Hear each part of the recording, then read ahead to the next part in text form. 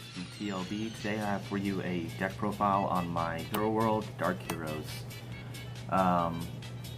It's mainly focused on the 9th Bravery Omnilord, and it is fast, strong, aggressive, and really fun to play. So let's go ahead and get started on it.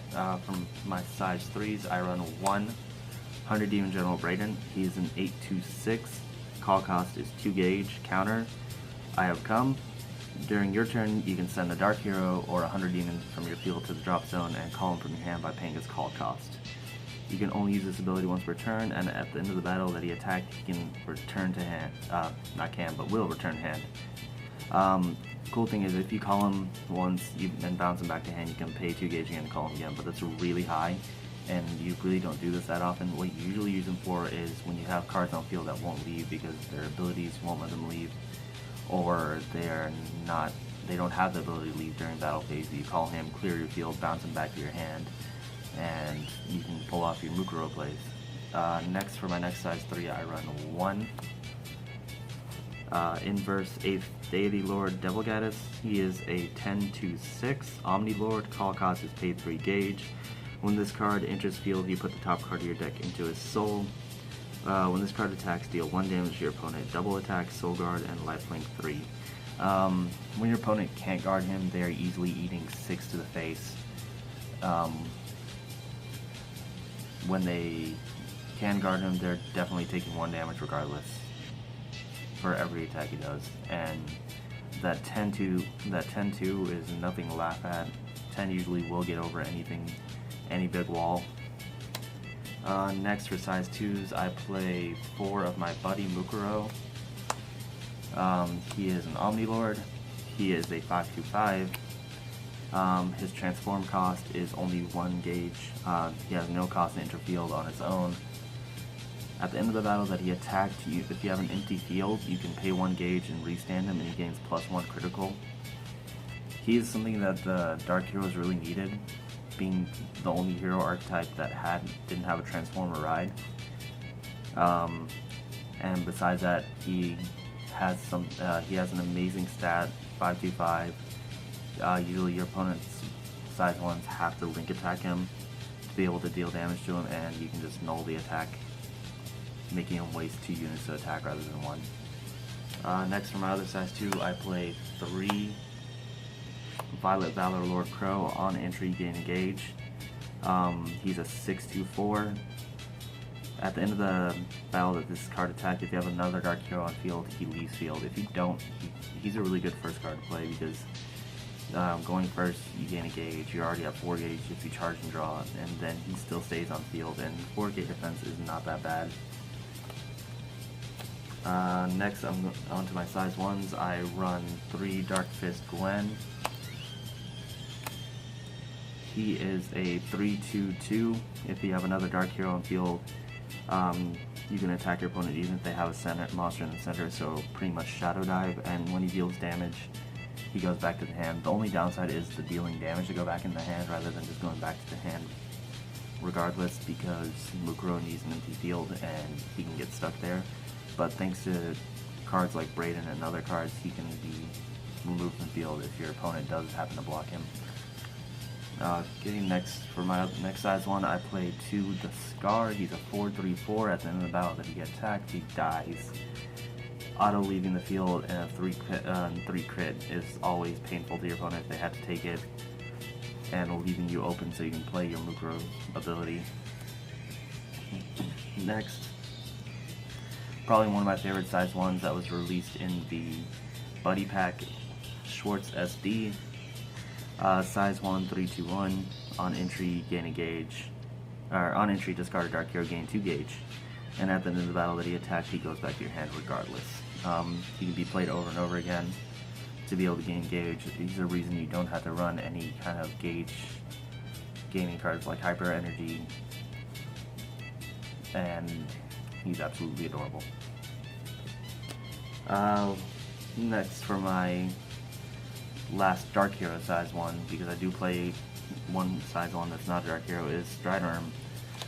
He's a really good first attacker too if he's in your hand. He's a 3/2/1. If you're going first, when you deal damage to your opponent, destroy one of their gauge, which could really disrupt some of their plays. And at the end of the battle that he attacked, this card goes to the drop zone.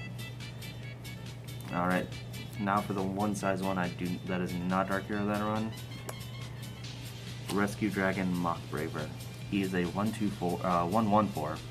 Counteract during an attack on your opponent's turn. You may pay 1 gauge. If you do, call this unit to the center from your hand and change the target to this unit.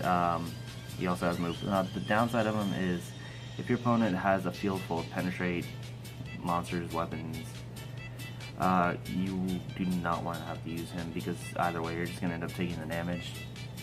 So, I mean, there's an upside with Mukuro being on field. They have to be able to penetrate him to him, and he still has that 5k defense as well, but most of the time you're going to use him to make when your opponent's link attacking Mukuro without a penetrate, just to disrupt that attack and make him not be able to hit your Mukuro.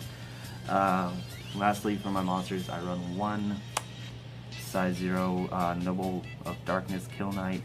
When this card is put from your hand into the drop zone, you may put the top card of your deck into gauge, or you can put a card from your opponent's gauge into the drop zone. At the end of the battle, this unit attacked. If you have a Dark Hero item equipped, return this unit to your hand.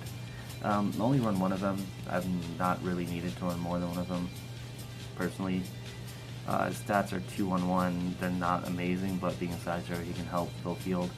The only downside is if I don't have an item equipped, he stays on field, and usually you want to have an item equipped in this deck to be able to get off your stronger plays. On to my items. I run 3 Sneak Judgment. It's a 4/2. Its equip cost is 2 gauge. If I have another Dark Hero on the field, it gets Shadow Dive. And then when a monster from my field leaves during an attack phase, draw a card, and this ability can only be used once per turn. It's really good because most of the time your monsters will leave field during attack phase.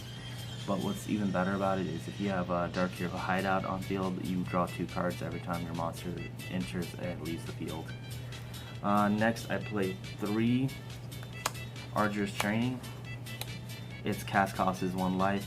If you can only play it if you are Transform or Ride. It gives your Transform or Ride monster plus 5k power, plus 1 critical, and penetrate ability. It can essentially make Mukuro a 10/3, a 15/4, or 25 if you have all 3 in hand. Because this card is not a once per turn, you can just throw them all away and go for game. If your opponent's playing a giant wall like what's the name, Adel Diablos. Next, I play 2, but he is of the lowest rank. Because most of my size 1s lead field, only needed 2 of these because the deck can draw really quickly using a lot of cards. Counter when after a size 1 or less Dark Hero leaves field, search your deck for up to 1 Dark Hero. This can be either during your opponent's turn or your turn. So you can set up Braden if you don't have him in hand, or say your opponent Pillar of Fires or Death Grips one of your monsters, you can search out Mukuro if you don't have him in hand already, or Valor Pro if you want to get Gauge, or Schwartz SD if you want to get Gauge. Next, I run 3. It's About Time I Got Serious. It's Life Break 6, pay 1 gauge, draw 2 cards. It's really good for cycling through the deck and getting to the cards you need and want to be able to pull off your combo plays. Next, I run only 2 Evil Aesthetics. I usually use this to get Mukuro and Valor back, or size 1 so I can fill field and push for game. It's cast cost to pay 1 gauge and 1 life only, which isn't really too bad. It can help you set up for Life Break 6, so you can use It's About Time I Got Serious right after that. Its other ability is you can pay 1 life and 1 gauge to search out an item from your drop zone, but usually you go for the monsters. Next, one of the best cards in the deck. It is super powerful. Sadly, you can only have 1 of them on field at a time, and they can only go off once per turn. It's first Dark Hero Hideout. When a Dark Hero enters field, draw a card. Simple as that. No cost to set it on field. Just flop it down and start keeping your hand up. Next, I run 3 Unfinished With You. It's a really great card. Cast cost is Destroy a Dark Hero. It helps you get rid of cards on field that get stuck there because their abilities prevent them from leaving field if they can't pay the cost. Counter, put the top card of your deck in the gauge and draw a card. You can only use this once per turn, but usually it helps you finish games. One time I actually was able to draw into my impact when my opponent was at 1 life and I was at 2 life and finished the game off then. It was really fun. Next I run 4. I've seen through your moves. If you have an open center, counter nullify the attack. It's just a basic shield for the deck. Lastly, for spells, I run 2, or so the dream I had went. It's a pay 2 gauge nullify spell your opponent casts, and you can only cast this on your opponent's. Only cast this when your opponent plays a spell,